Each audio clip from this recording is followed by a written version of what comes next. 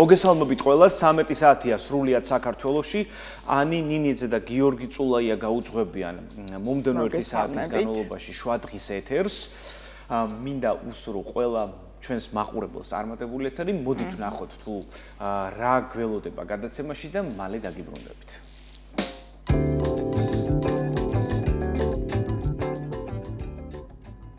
დღეს დიდი შესვენების ეთერში ნახავთ. 25 სექტემბერი ცოფის წინააღმდეგ ბრძოლის მსოფლიო დღეა. სურსათის ეროვნული სააგენტოს მიერ დაგეგმილი ღონისძიება. ინოვაციური მიდგომების მნიშვნელობა განათლების სისტემაში. თემაზე ვრცლად ისაუბრებს წიგნის კლუბის პროექტების მენეჯერი დავით წერეთელი. გიული კუბლაშვილის შემოქმედება და მიმდინარე პროცესები. სტუმრად კომპოზიტორი, მუსიკოსი გიული კუბლაშვილი. და ბოლოს, დღეს ოცნებების მსოფლიო დღეა. ოცნება როგორც мотиваცია. გადაცემაში სტუმრად ფსიქოლოგი ირმა ფეიქრიშვილი.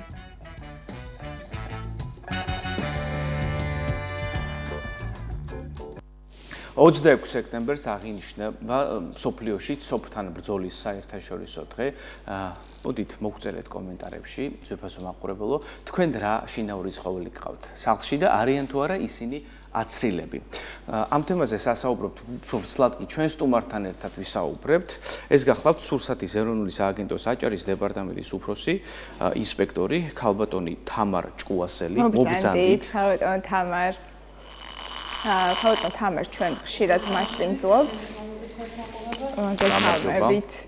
და ყოველთვის საუბრობთ ამ ნიშანდობლივ თემაზე, რომელზეც ცნობიერების ამაღლება ყოველთვის დროული და აუცილებელია. მოდით პირველ რიგში საუბარი დავიწყოთ იმით, როგორია დღეს ეპიდემიოლოგიური მდგომარეობა ამ მიმართულებით, როგორია ახალი კვლევები, ახალი სტატისტიკა და ბუნებრივია სააგენტო როგორ რეაგირებს, რა პროგრამები გაქვთ, ვრცლად ვისაუბროთ. ამ ხრივ მინდა გაგახაროთ და გითხრათ, რომ ბოლო 10 წლის მანძილზე საგრძნობლად არის შემცირებული ცოფის შემთხვევები, წელს მხოლოდ 5 შემთხვევაა დაფიქსირებული და ის გატარებული ღონისძიებები, რომელსაც სურსათის ეროვნული სააგენტო ვეტერინარიის დეპარტამენტი ყოველწლიურად ახორციელებს პროფილაქტიკური ცოფის საწინააღმდეგო ვაქცინაციის სახით, როგორც ვთქვათ, მუშაობს, შედეგით სახესი. დიახ. და ვცლად ვაპირებთ საუბარს ახალი პროგრამის შესახებ, თუმცა ეს არ არის სრულიად ახალი, ეს უკვე წლები რაც მიმდინარეობს, უფასო აცრა, ცოფის აცრა ცხოველებს, ხო? ვცლად გვესაუბრეთ თქვენ. ცოფის საწინააღმდეგო პროფილაქტიკური უფასო ვაქცინაცია წლებია მიმდინარეობს საქართველოში. აი დღეს, როგორც აღნიშნეთ, 26 სექტემბერს აღინიშნება ცოფთან ბრძოლის საერთაშორისო დღე, თუმცა ეს მსოფლიოში 28 სექტემბერია, უბრალოდ წელს აღნიშნავთ 26 სექტემბერს. ვიცით, რომ ეს დღე 2013 წლიდან აღინიშნება საქართველოში, ცოფის კონტროლის გლობალური ალიანსის ინიციატივით და მსოფლიო ჯანდაცვის ორგანიზაციის ხელშეწყობით და ყოველ წელს უერთდება საქართველოს სურსათის ეროვნული სააგენტო ვეტერინარიის დეპარტამენტი და წელსაც როგორც წესი განხორციელდება ეს ღონისძიება 26 სექტემბერს. ქალბატონო თამარ, მოდით სიღრმისეულად ვისაუბროთ ამ თემაზე. სამოქალაქო ცნობიერების ამაღლება უმნიშვნელოვანესია. დავიწყოთ სტატისტიკით. თუ გვაქვს მაგალითად ციფრები, გასულ წელს რამდენი ცოფის შემთხვევა დაფიქსირდა საქართველოში? სტატისტიკა, ყოველწლიური სტატისტიკა გვაქვს გასულ წელს და დაფიქსირებულია 16 შემთხვევა ცოფისა. წელს როგორც გითხარით 5-ია, წინა წლებში შედარებით მეტია, მაგრამ ბოლო 10 წლებში აღნიშნეთ, რომ ეს ციფრი მნიშვნელოვნად შემცირებული. იყო თუ არა ფატალური შემთხვევები, საინტერესოა ამ კითხვასაც რო გავხსენებთ. ფატალური შემთხვევა გულისხმობთ, რა ცოფი დაავადებაა, რომლის ყველა შემთხვევა ლეტალურად მთავრდება ცხოველებში და ადამიანებში. საბედნიეროდ ადამიანებში ცოფის შემთხვევა არ ყოფილა და ცხოველებში არა გულისხმობ მაგალითად ხო გვაქვს ისეთი შემთხვევები, როდესაც მაგალითად თუ ძაღლმა ან ცხოველმა დატვინა ადამიანი, მან დროულად მიმართა ანტირაბიულ ცენტრს, მან დაიწყო მკურნალობა, თუმცა ამავდროულად ცოფის ბაქტერია დაფიქსირდა და ცხოველი დაიღუპა, ხო? ეს შემთხვევა დგება თუ არა სტატისტიკაში. ან თქვათ სტატისტიკა, როდესაც ფატალური შედეგი დგება ამას გულისხმობ. შარშანი იყო შემთხვევა რაჭაში, ყოფილაჭაში იყო ესეთი შემთხვევა რაჭაში, რაც ადამიანის ლეტალური გამოსავლით დასრულდა, იყო ესეთი, მაგრამ ერთი შემთხვევა. ერთი შემთხვევა. ჩვენ ხშირად საუბრობთ ადამიანების მასპინძლობთ, რომლებიც საკუთარი კეთილინებით იფარებენ ცხოველებს და სახელდახლოდ შექმნილი თავშესაფარი აქვთ. საინტერესოა თანამშრომლობთ თუ არა ამ ადამიანებთან იმისთვის, რომ მიაწყდოთ უფასო ვაქცინაცია. სამწუხაროდ ასეთი მასშტაბური თავშესაფარი ჩვენს ქვეყანაში არ ვიცი თუ არსებობს, ყოველ შემთხვევაში მე ვფიქრობ, რომ არ გვაქვს ამაზე ინფორმაცია. მე გულისხმობ თავშესაფარი, რომელიც გააკეთა სახელმწიფომ, საკმაოდ დიდი, მასშტაბური, სადაც ცხოველებს შეიძლებათ რომ იარსებონ, მე ვფიქრობ, რომ არ არსებობს ასეთი თავშესაფარი. ყველა ამას თავისი ნებით აკეთებს და საკუთარი ხელითაც უკეთებენ ამ ცუგებს და კატებს, ძაღლებს და თავად ყვებავენ და აცრასაც თავად უკეთებენ და სხვა სამედიცინო მომსახურეობას უწევენ. თანამშრომლობთ თუ არა მათთან საინტერესო. როგორ არა, როგორც აღნიშნეთ, თავისი ნებით იფარებენ, ძალიან ბევრია ესეთი შემოფარებელი და მიმკედლებლები, მაგრამ არის აჭარაშიც არის თავშესაფარი, რომელთანაც თანამშრომლობენ სახელმწიფო უწყებები, მუნიციპალური სამსახურები. საქართველოში არის, კახეთში არის ესეთი თავშესაფარი. ახლა ცნობილია მაყურებლისთვის დაიწყო საპილოტო პროგრამა, ზუსტად რომელიც ამ მიზანს ემსახურება, დაავადება ცოფის თავიდანაც ცილება საპილოტო პროგრამა პოპულაციის მართვის, რომელიც ითვალისწინებს პოპულაციის მართვას, ასეთი მიფარებული მკედლებული ცხოველების პროფილაქტიკურ ვაქცინაციას ცოფის და სხვა დაავადებებს და დაავადებაზე ზედამხედველობას. და სწორედ ჯერჯერობით საპილოტოა ეს პროგრამა მუშაობს აჭარაში, იმერეთში და კახეთში და დაგეგმილია 9000 ესეთი მიკედლებული და მიუსაფარი ცხოველების მანიპულაციების განხორციელება. რა თქმა უნდა, თანამშრომლობთ და მიმკედლებლების თანამშრომლობენ ჩვენთან უფასო ვაქცინაცია, ანუ როგორც უკვე თქვით, ანუ სხვა მუნიციპალიტეტში ესე იგი არსებობს, ხო, რაღაც გარკვეული თავშესაფარი. მაგრამ აშკარაა, რომ ეს არ არის საკმარისი, ხო? მოდით აი პოპულაციის ზრდაზე ვისაუბროთ და იმ ფუნდამენტურ პრობლემამდე მივიდეთ, რაც განაპირობებს იმას, რომ არ არის საკმარისი ამ თავშესაფრების. არ არის საკმარისი და ზუსტად ამიტომაც ჩაიშვა ეს საპილოტო პროგრამა, რომელიც თავის თავში ითვალისწინებს პოპულაციის მართვას და ეს ცხოველები თავისთავად თავშესაფარში უნდა იქნენ მიყვანილები და მანიპულაცია ჩატარდეს თავშესაფარში. გარემოში სადაც იქნება ეს უნებელი ჩატარებული მანიპულაცია და რომელიც ზიანს არ მოუტანს ჩვენს პოპულაციის მართვაში რას გულისხმობთ, ესეც დავუკონკრეტოთ მაყურებელს. როგორ მართავს სააგენტო პოპულაციას? გამრავლებას გულისხმობთ, ხო? ცხოველთა მიუსაფარ ცხოველთა გამრავლება. გულისხმობა ცხოველთა სტერილიზაცია, კასტრაციის განხორციელება, მათ ჯანმრთელობაზე ზედამხედველობა და პროფილაქტიკური ვაქცინაცია ცოფის და სხვა დაავადებების და დიაგნოსტიკური კვლევები. აი ეს საპილოტო პროგრამა ითვალისწინებს პროფილაქტიკურ ვაქცინაციასაც და დიაგნოსტიკურ გამოკვლევასაც. აქ მნიშვნელოვანი კითხვა შემოდის, თქვა თუ მიმდინარეობს ღონისძიებები რაიონებში, სოფლებში, იმიტომ რომ ხშირია შემთხვევები, როდესაც იგივე პოპულაცია, რომელიც თქვენ ახსენეთ, როცა მრავლდება, თქვა ჩვენი ოთხფეხა მეგობრები, პატრონს მოყავს და ქალაქში ტოვებს ხოლმე ამ შინაურს ლეკვებს, რომელიც უკვე ქალაქში მრავლდებიან და არის ესეთი შემთხვევები და ფაქტები და ეს ღონისძიება მიმდინარეობს აბსოლუტურად ყველა მუნიციპალიტეტში და ყველა დასახლებაში. მოდით პასუხისმგებლობაზე ვისაუბროთ, რახან სოფლიოში ცოფის წინააღმდეგ ბრძოლის საერთაშორისო დღეა, რა პასუხისმგებლობა გვაქვს ჩვენ ანის, მე, გიორგის, თქვენ, შინაური ცხოველის მეპატრონეს, სახელმწიფოს, უბრალოდ გამლეულ მოქალაქეს, რომელიც თქვათ აწყდება შინაურ ცხოველს ქუჩაში. ამ ყველას პასუხისმგებლობაზე სათითაოდ რომ ვისაუბროთ. რა გვევალება ჩვენ საინტერესოა? ვისაუბროთ. აი ცოფთან ბრძოლის საერთაშორისო დღის შარშანდელი გზავნილი თუ კი რა ვიცი, ემახსოვრებათ იყო გადავლახოთ ბარიერი ცოფთან ბრძოლაში. წლევანდელი გზავნილი არის ვიმოქმედოთ ახლა. რაც თავის თავში გულისხმობს პროფილაქტიკური ვაქცინაციის მასშტაბურობას, ცნობიერების ამაღლებას და თითოეული ჩვენთაგანის პასუხისმგებლობას და ჩართულობას. აი თუ დიახ, დაასრულეთ. აი უბრალოდ ის მაინტერესებს, აი ცნობიერების ამაღლების მიზნით იგეგმება თუ არა შეხვედრები სკოლებში, იმიტომ რომ მე ესე მგონია, რომ ბავშვი ადამიანი ბავშვობიდანვე უნდა სწავლობდეს ცხოველის მოვლის და მოპყრობის კულტურას, ასე მგონია. თუ აიყვანს ცხოველს, უნდა აიღოს აბსოლუტური პასუხისმგებლობა, ფინანსური და ემოციური და თუ დაუშვათ მას არ ყავს ცხოველი, უნდა გაუფრთხილდეს სხვა ზოგადად ფლორას და ფაუნას. და ეს ფუნდამენტი უნდა ჩაიყაროს, ვფიქრობ, ბავშვის ადამიანის ცნობიერში საკმაოდ პატარა ასაკიდან და სკოლებს ამაზე აქვს თუ არა პასუხისმგებლობა, ისინი თანამშრომლობენ თუ არა თქვენთან და თუნდაც იმ მიმართულებით რომ იყოს ადამიანი ინფორმირებული, რომ ცოფი ეს არის განაჩენი ფაქტობრივად, ხო? ეს არის უკურნებელი სენი და ყოველთვის ფატალურად და ლეტალურად მთავრდება. ხართალი, აი ცხოველის ყოლა სახლში არ უნდა იყოს რაღაც მოდური აუცილებლობა, აუცილებლად ბავშვებიდანვე უნდა მივაჩვიოთ ბავშვები ცხოველების მოვლას, პასუხისმგებლობას მთავარი არ არის გამოვკვებოთ ცხოველი. იქ არის ძალიან ბევრი манипуляცია, ღონისძიება, რომელიც ესე ვთქვათ, რომლის ვალდებულებაც უნდა ავიღოთ, თუ კი ცხოველი გვეყოლება შინ და გვინდა რომ ყავდეს შინაური ბინადარი ცხოველი. აი რაც შეეხება თანამშრომლობას სკოლებთან, ჩვენი სამსახური სურსათის სააგენტოს ვეტერინარის დეპარტამენტი ატარებს ხოლმე გასული შეხვედრებს სკოლებში, ლექციებს, ძალიან ბევრი ბუკლეტები რიგდება ამ შინაარსით, აი ხვალაც ძალიან ბევრი ბუკლეტი გვექნება, ესე რომ ჩვენ მზადა ვართ ვითანამშრომლობთ სკოლებთანაც, ყველა საგანმანათლებლო დაწესებულებასთან და მივაწოდოთ ინფორმაცია ამის შესახებ. აი გურიაში მოგზაურობის დროს ყველას გაგვილია ნასაკირალის უღელტეხილი, სადაც სამწუხაროდ ხშირად ხდება უამრავი ძაღლი. აი ამ კუთხით რა კეთდება თუ ფლობთ ინფორმაციას საინტერესოდ, თუ ხდება ამ ძაღლების სტერილიზება, თქვათ, იმიტომ რომ უამრავი შინაური ცხოველია იქ, ხო, შინაური როგორ დავარქვა, გარეული ცხოველები არიან. ფაქტიურად იქ ფეხით გავლა წარმოუდგენელია, ხო? აი საინტერესოა რა პასუხი გექნებათ ამ კითხვაზე. აი ზუსტად ცნობიერების ამაღლება მოსახლეობაში და იმის როგორ გითხრათ, გათავისება, რომ მხოლოდ ცხოველის მიკედლება არ არის მთავარი და იქ კიდე ბევრი პასუხისმგებლობა მიგვიყვანს იქამდე, რომ არ იყოს ესეთი შემთხვევები.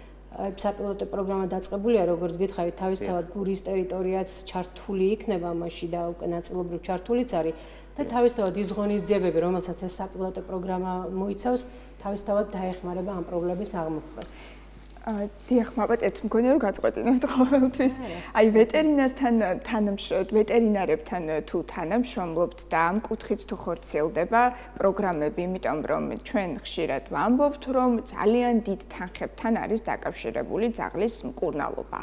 ზოგჯერ იმაზე ძვირი ძღირს, ვიდრე ადამიანის მკურნალობა და ხშირად არ აქვს ამის საშუალება, ხო, პატრონს და ფაქტობრივად უნდა გაწიროს თავისი 4 ფეხა მეგობარი, რაღაც არ ვიცი, დაზღვევა ძაღლის, ან რაღაც შეღავათი პატრონებისთვის, იმისთვის, რომ ეს ძვირად ღირებული манипуляციები ჩაუტარდეთ ცუგებს. ვეტერინარებთან გულისხმობთ კერძო ვეტერინარულ კლინიკებს? დიახ. როგორ თანამშრომლობთ, ინტენსიური თანამშრომლობა გვაქვს და მოსახლეობამაც ყოველთვის აი შეძლების დაგვარად, როდესაც კი მოგვეცემა შეძლება, ყველას ვაფრთხილებთ, ვეუბნებით, რომ სოფის საწინააღმდეგო აცრა ქვეყანაში უფასოა და შეუძლიათ თავის 4 ფეხა ბინადრებს გავუკეთონ სოფის საწინააღმდეგო ვაქცინაცია უფასოდ, მაგრამ რაც შეეხება манипуляციას, აი იქ ოპერაციულ ჩარეებს, ეს უკვე კერძო კლინიკების პრეროგატივია. ძვირი სიამოვნება სამწუხაროდ. და ამ შემთხვევაში რა შეიძლება გაკეთდეს? აი თქვენ როგორც მოქალაქეს, როგორც წარმოგიდგენიათ, რა ხელშეწყობა შეიძლება არსებობდეს სახელმწიფოს მხრიდან ან სურსათის ეროვნული სააგენტოს მხრიდან იმისთვის, რომ არ გავწიროთ ჩვენი 4 ფეხა მეგობრები მაშინ, როცა არ გვაქვს ფინანსური საშუალება. არა, ჩვენ არ გავწერავთ 4 ფეხა, აი ზუსტად რამდენჯერმე ვახსენეთ უკვე დღეს ეთერში ეს საპილოტო პროგრამა, ხო? თუ კი ვთქვათ, აქ არ იქნება რაიმე სხვა დაავადება, ისეთი ან მექანიკური ტრამვა, რაღაც ინფექციურ დაავადებებს, აბსოლუტურად ყველა манипуляცია საპილოტო პროგრამის ფარგლებში შესაძლებელი და ხელმისაწვდომი იქნება, სტერილიზაცია იქნება შესაძლებელი, კასტრაცია შესაძლებელი, პროფილაქტიკური ვაქცინაცია, იქ დიაგნოსტიკა ჭირზე, რაც ყველაზე ესეთია და ბევრი დაავადების გამომწვევია და დანარჩენი უნდა დაგვეხმარონ კერძო ვეტერინარული კლინიკები და ხო, მესმის ან პირად პასუხისმგებლობა.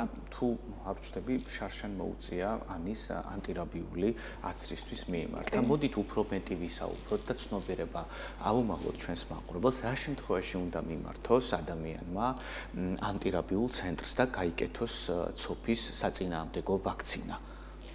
საზოგადოებრივი ჯანდაცვა, ანტირაბიული კაბინეტები და ვეტერინარის დეპარტამენტი აი უკვე წლებია თანამშრომლობთ ამ კერძო შემთხვევების დროს. აუცილებლად უნდა ვიცოდეთ ყველა განსაკუთრებით საყურადღებო, აი არ არის სავალდებულო ეს იყოს რაღაც დიდი ჭრილობა, ნაკბენი, ყოველთვის არის ხოლმე რომ ლორწოцკი საკმარისია. ზედამხედველობას, რა თქმა უნდა, არ უკბენია ჭრილობა, არამედ უბრალოდ გამკაცრა, უბრალოდ შეხებაში. აუცილებლად არ აქვს მნიშვნელობა ჭრილობა რა ზომის იქნება, ოდნავი კონტაქტის დროსაც კი განსაკუთრებით მიუსახარ ძაღლთან, ან მიკედლებულთან, ან კიდე უცნობთან, აუცილებლად უნდა მივმართოთ ანტირაბიულ კაბინეტს. შემთხვევაში იყო ზუსტად ასეთი შემთხვევა, არც გამკაცრა, არც მიკბინა, ზღვაზე, ზაფხულში ჩამოვიდა სანაპიროზე ძაღლი, რომელსაც ძალიან წყუროდა და ცივი წყალი ხელიდან დავალევინა და თქვენმა კოლეგამ ლენამ, რომელიც ასევე სურსათის ეროვნულ სააგენტოში მუშაობს, მაშინ ასე მკაცრად გამოფრთხილა მამიდა ჩემმა, რომ აუცილებლად უნდა აიცრა, იმიტომ რომ ამ შემთხვევაშიც არსებობს რისკი ცოფის მოხვედრის სხეულში.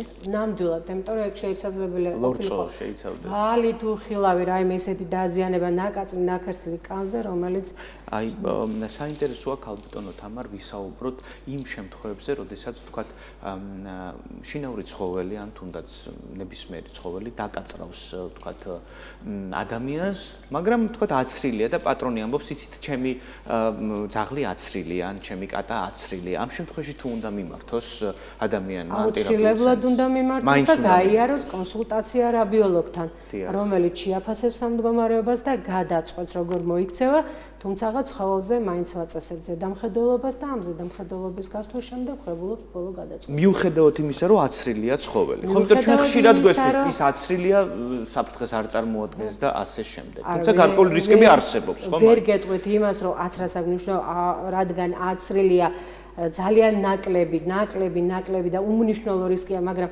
ხო არის შესაძლებელი მოხდეს, თქვა, გაუთვალისწინებელი შემთხვევა ვაქცინაციის დროს, რომელიც ჩვენთვის არ არის ცნობილი. შესაძლებელია ესეც მოხდეს. მაშინ რა გამოდის მაგალითად ესე რომ თქვა, როდესაც თქვა მივდივართ, აი ჩვენ ბოლო დროს მეგობრული გარემოა ჩვენთან შექმნილი, ჩვენს ოთხფეხა მეგობრების მიერ და ეს მისასალმებელი ფაქტია, ხო? ანუ რაღაცა დოზით ადამიანების ცნობიერება მივიდა იქამდე, რომ ცხოველებს ხელი არ ჰკრას, ხო? სამწუხაროდ იყო ამის პრობლემა და ზოგიერთ ქვეყნებში დღემდე არის. თუმცა რამდენად უსაფრთხოა, როდესაც თქვა ბავშვები ეფერებიან, თუნდაც ჩვენსგან არც ისე შორს ევროპის მოედანზე უამრავი მიუსაფარი ძაღლია, რომელსაც გამლელი ბავშვები ეფერებიან ხოლმე. ან როდესაც სტუმრად მივდივართ და თქვა სიხარულით აღტკინებული ძაღლი შემოგვახტება ხოლმე და შესაძლოა უცებ არის სტუმრად მისულებს თუ ვინმესთან ოჯახში, აი ეხლა უკვე ცნობიერება ვერ ვიტყვი რომ არა თუ თქვენ ამბობთ რომ მაინც უნდა მიმართოს თუ აკელენა. არა, მე გითხარით რომ არის შესაძლებელია იყოს რისკი იმისა, რომ აი ვაქცინატორი არ მივთქვია რომ თუ ძაღლი ვაქცინირებულია, რა თქმა უნდა, თუ კი ძაღლი ვაქცინირებულია და თან სახლში ყავთ ეს ძაღლი და სტუმრებს ღებულობენ ამ ცხოველისთან დასწრებით, არა მგონია უკვე ვინმეს ყავდეს ცხოველი აუცრელი და ეს რისკი იყოს სტუმრისთვის. აი ძაღლზე ვსაუბრობდი თანი და არანაკლებ მნიშვნელოვანი ყურადღება უნდა დაეთმოს იგივე კატებს, რომელიც ასევე მრავლად ყავს ჩვენს მოსახლეობას. ამ შემთხვევაში როგორია სტატისტიკა, რა თქვა უსაფრთხოების წესები უნდა დავიცვათ, რა პერიოდულობით უნდა ავცრათ ჩვენი ფისოები. უსაფრთხოების წესები იგივეა, რაც ძაღლის პირობებში, მაგრამ მინდა გითხრათ, რომ სტატისტიკურად გამოვლენების შემთხვევები კატებში შედარებით ნაკლებია, ვიდრე ძაღლებში. იგივეა, აუცილებლად უნდა ჩაუტარდეს პროფილაქტიკური ვაქცინაცია 1 წლის განმავლობაში, 1 წლის შიგნით, არ უნდა გადავაცილოთ 1 წელს, იგივეა ზუსტად როგორც ძაღლის შემთხვევაში. აი თუ კი შეგვეგება სიხარულით აღტკინებული ძაღლი, ესე იგი ის არის ადეკვატური, ხო? ცოფიანი ძაღლის სიმპტომები. ცოფიანი ძაღლის სიმპტომები შეიძლება არ განსხვავდებოდეს? როგორ? თქვა დაავადებული ძაღლი და სიხარულით გამშვალული ძაღლი შეიძლება არ განსხვავდებოდეს ქცევით. ქცევის დროს მატარებელი ინფექციის. მახასიათებელი კლინიკური, რაც ლიტერატურაში აღნიშნება, ის რაც არის აგრესიულობა, ეს გამონადენი ასეთი შეცვლა ბუნების ან ეძებს ჩრდილიან ადგილებს, შესაძლებელია ეს კონდეს ეს ნიშნები, მაგრამ შესაძლებელია გქონდეს სრულიად განსხვავებული ნიშნებიც, რომელიც ლიტერატურაში არ იყო, როგორც კლასიკური ცოფისთვის დამახასიათებელი ნიშნები, მაგრამ აღინიშნებოდეს. აი, ყოფილა შემთხვევები აუწერიათ ისეთი კლინიკა, რომ ძაღლი, რომელიც მანამ აგრესიული დავი იყო, ნუ ძაღლიც ახლა უნდა იყეფოს ზაღლმა და ავიც უნდა იყოს, ვაგდე რაღაც, ხო? აი ესეთი ავი ძაღლები დაავადების დროს ისეთი წყნარები და ისეთი თვინიერები გამختارენ, რომ თვითონ მე პატრონეების გაუცებულა ნამითი. ხო, და სხვაგვარი ხდება. კიდევ ერთი ნიშანდობლივი საკითხია, მე ვფიქრობ, თქვენი ორგანიზაციის პრეროგატივაც არის და კიდევ სხვადასხვა უწყებების ძალიან ბევრი ფოტო და ვიდეო მასალა გვხვდება სოციალურ ქსელში, სადაც წერია, რომ უჭირთ ცხოველებს და ეს არის შემზარავი ფოტოები, მე ძალიან მოწყვლადი ბუნების ადამიანი ვარ და ჩემზე ძალიან მოქმედებს და მაშინვე მითითებულ ანგარიშის ნომერზე ვრიცხავ თანხას ისე რომ არც კი ვკითხულობ რამდენად ავთენტურია ეს ინფორმაცია, სიმართლე გითხრათ, არც მიფიქრია აქამდე იყო თუ არა ავთენტური, იმდენად ჯეროდა რომ ეხლა როგორ შეიძლება რომ ეს ცხოველის უბედობა ადამიანმა გამოიყენოს საკეთილდღეოდ, ხომ და რაღაცა რესურსის მისაღებად, თუმცა აი ბოლო დროს ვიღაცებმა მითხრეს რომ შეიძლება ეს იყოს თვითმარქვი ადამიანი და ეს იყოს მაქინაცია. აკონტროლებთ თუ არა მსგავს საკითხებს? ამის კონტროლი უკვე ეს მაქინაცია თუ ეს ადამიანური ბუნებიდან გამომდინარე ჩვევა, ეს უკვე მაშინ აი რა მოვითხოვოთ? შემიძლია რომ კომენტარებში დავწერო რომ დიაგნოზი ჩამიგდეთ ამ ცხოველის, აი რა შეიძლება? მას შეუძლია სხვა ცხოველის დიაგნოზი ჩაგიგდოთ.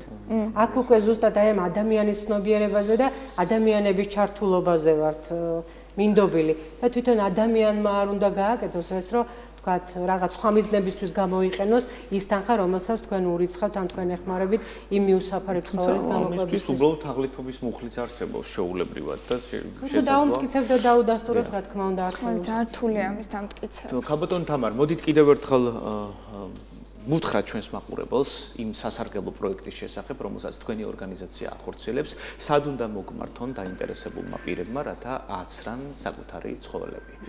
დიახ, აი მე აღნიშნე რომ წელს უფასოდ არის ეს რომ გავამახვილოთ და ზოგადად სოფის საწინააღმდეგო ვაქცინაცია ქვეყანაში ყოველთვის უფასოა, რა დროსაც არ უნდა მოგმართონ, მაგრამ აი რაც შეეხება სოფთან ბრძოლის საერთაშორისო დღეს, აი აღნიშნე კიდეც რომ გზავნილი წელს არის ვიმოქმედოთ ახლა. ამ გზავნილში არსად არ არის სიტყვა ცოფი, მაგრამ ეს მიუთითებს იმაზე, რომ იმდენად მასშტაბურია ეს ღონისძიება უკვე ყოველწლიურად და ჩართულობა იმდენად დიდია და იმდენად აუცილებელია ამისა, რომ გავითავისოთ ყველა თითოეულმა ჩვენი როლი ამაში, რომ მხოლოდ ასე შევძლებთ ერთიანობით, აი მე თქვენ და მთლიანად საზოგადოება ავიღოთ ეს პასუხისმგებლობა და მივალთ იქამდე რომ აღმოიფხვრას სოფი ქვეყანა. დიდი მადლობა. მე მინდა ჩვენს მაყურებელს უთხრა, რომ ერთადერთი ქვეყანა წარმატებული გამოდგამს საქმეში, ეს გახლავთ ინგლისის სამეფო, სადაც სოფის ვირუსი თითქმის არ არსებობს და დამარცხებულია. მე მაინტერესებს თქვენ რა ცხოველი გყავთ სახლში, მოგწერეთ კომენტარებში და გითხარით აცილებ არიან თუ არა ისინი. ძალიან დიდი დამატებით მისამართები რომ არ აქვს. აუცილებლად გითხარით. გელოდებით ხვალ 26 სექტემბერს სოფის საერთაშორისო დღეს და მინდა გითხრათ რომ აჭარის ყველა მუნიციპალიტეტში სურსათის სააგენტოს ოფისებში დაგელოდებით, რათა მოიყვანოთ თქვენი მეგობრები, მიკედლებული მიუსაფარი ოთხფეხები და აუცრით სოფის საწინააღმდეგოდ. ბათუმში სელიმ ხიმშიაშვილის მხრიდან ტბის მიმდებარე ტერიტორიაზე კოლონადებთან, ქობულეთში, თავისუფლების ქუჩა 19-ში ჩვენს ოფისში, ხულოში შინდისის გმირების 2 ნომერი, შვახევში სელიმ ხიმშიაშვილის 1 ნომერში, ქედაში 26 მაისის 2 ნომერია და ხელვაჩაურში დიდაჭარის ქუჩა 23-ში. გელოდებით ხვალ თქვენი ოთხფეხა მეგობრებით. დიდი მადლობა. მადლობა თქვენ. მადლობა.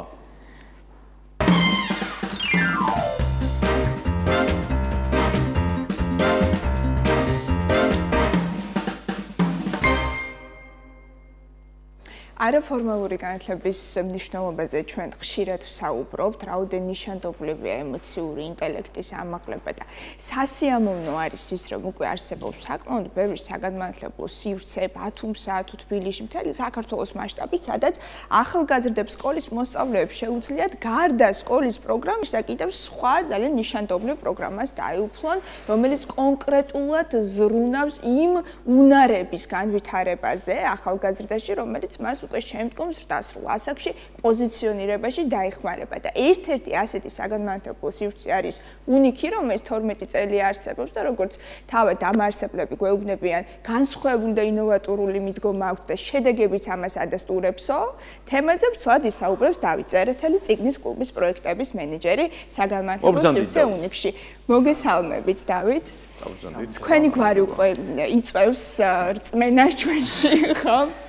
დავით, რაში მდგომარეობს უნიკის უნივერსალურობა, იმიტომ როგორც უკვე აღვნიშნე, კონკურენცია დიდია, ბევრი საგანმანათლებლო სივრცე არსებობს, 12 წელი საკმაოდ დიდი სტაჟია. მოგვიყევით.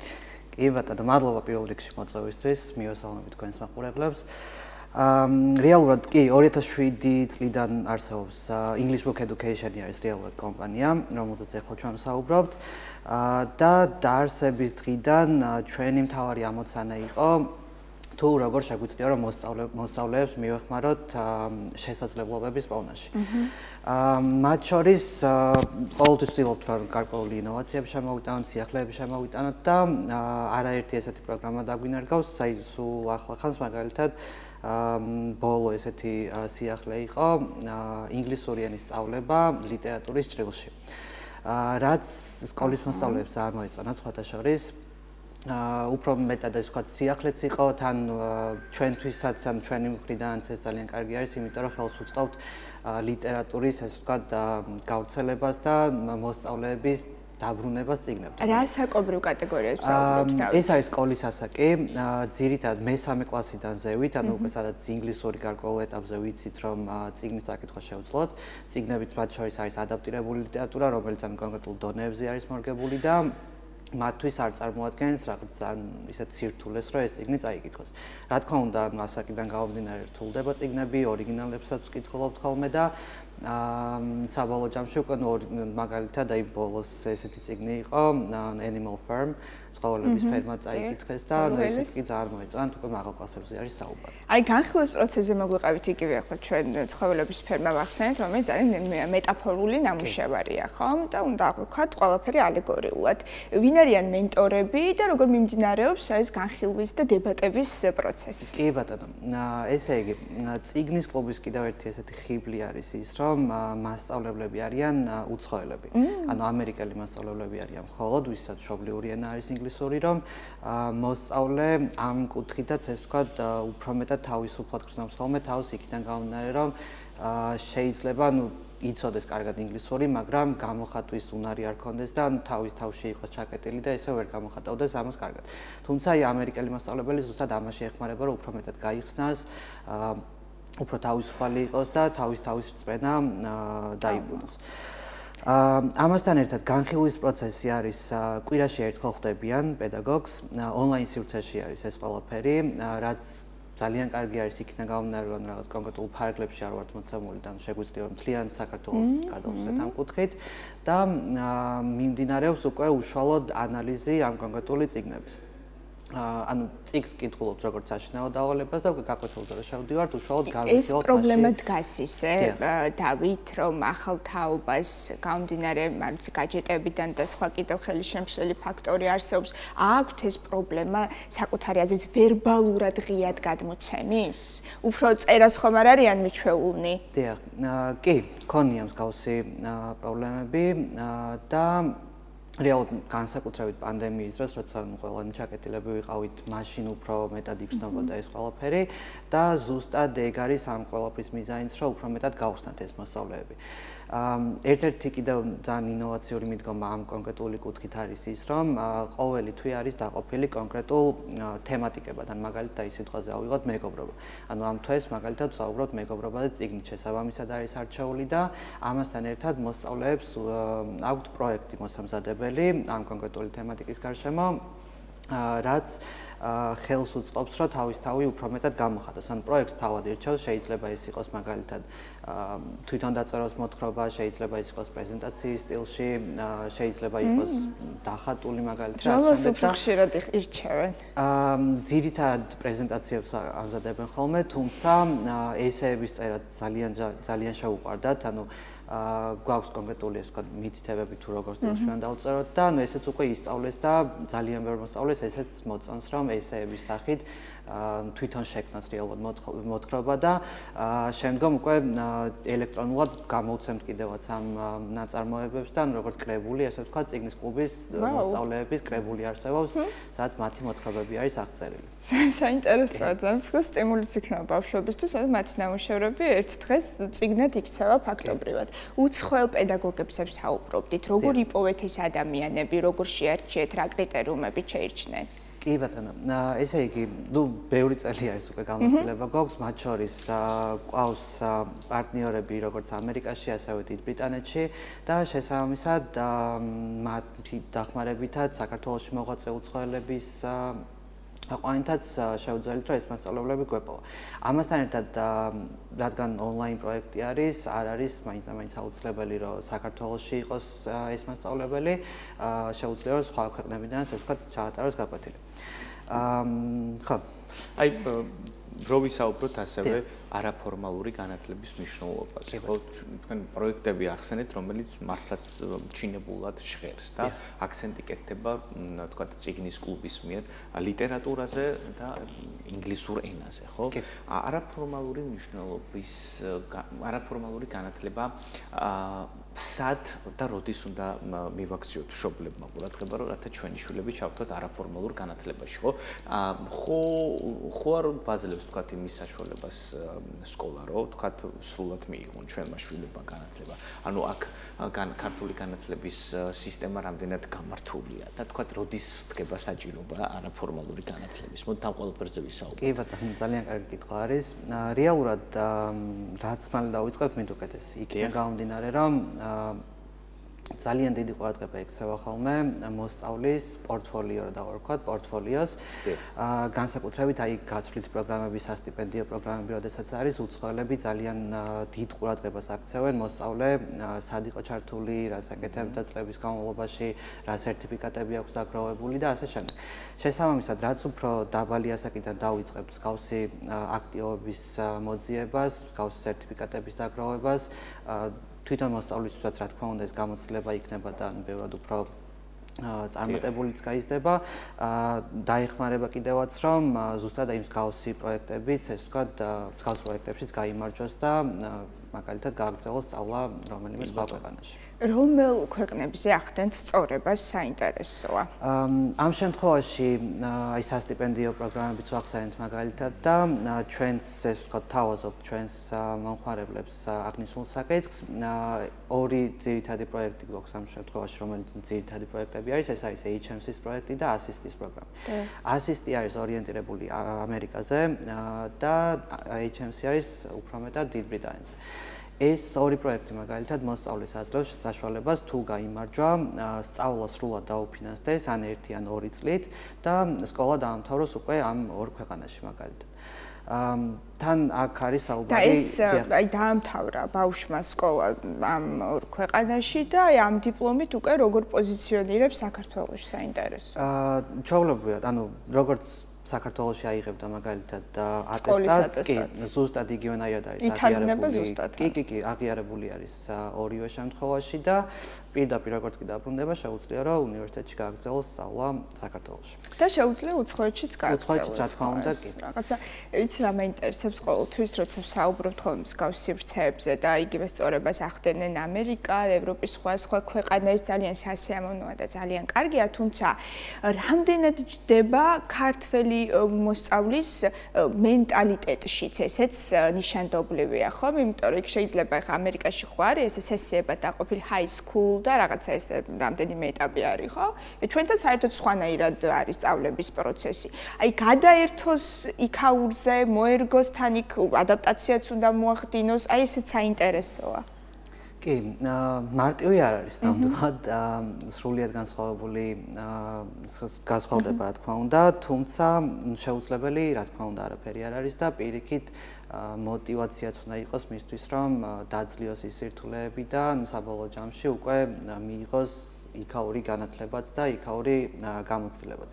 ეს თან რეალურად ტექნოლოგიებიდან გამომდინარე, იმდენად უცხოური აღარ არის და ინტერნეტიდან გამომდინარე, უკვე ვიცნობთ ამერიკასაც, დიდ ბრიტანეთსაც და გარკვეულწილად მათი კულტურაც უკვე ხელმისაწვდომი არის.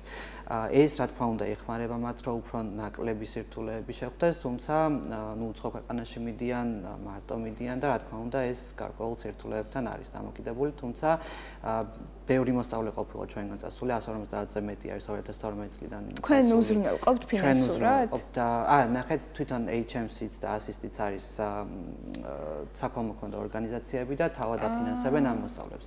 ჩვენ უზრუნველყოფთ აქან მოსწავლეების მოძიებას, ეს ვთქვათ, ვინც არიან დაკავშირებას, კი, თავად ჩამოდიან ხოლმე, თავად უტარებენ ინტერვიუს და თავად არჩევენ მოსწავლეებს, ვის აიყვანენ. დავით, რა პერიოდულობით უნდა დაკავდეს კვირაში არაფორმალური განათლებით მოსწავლე, თქვენთან როგორი პრაქტიკაა საინტერესოა და თქვა დღეში საათობრივად რამდენ ხანს უთმობთ მოსწავლეებთან არაფორმალურ განათლებაზე მუშაობის პროცესს?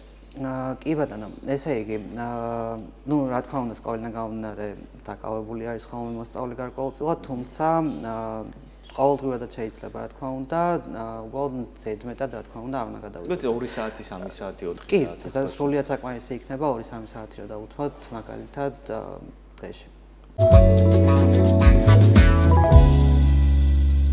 დავით, ჩვენ საუბრობთ ახლა უცხოურ გამოცდილებაზე, რა ხდება უცხოეთში, რა ბენეფიტები აქვთ მოსწავლეებს, გვიხარია რომ დაფინანსების კუთხითაც მათ აქვთ წახალისება და დახმარება. საინტერესოა როგორ შეაფასებდით ქართულ საგანმანათლებლო სისტემას. ხომ თქვენთან მოდიან მოსწავლეები და თქვენ მაშინვე ალბათ ახდენთ მონიტორინგს, რა აკლია, რა უნარ-თვისებები არის გასავითარებელი, რას ვერ ავითარებს სკოლა. მოგვიყევით და შევაჯამოთ. კი ბატონო.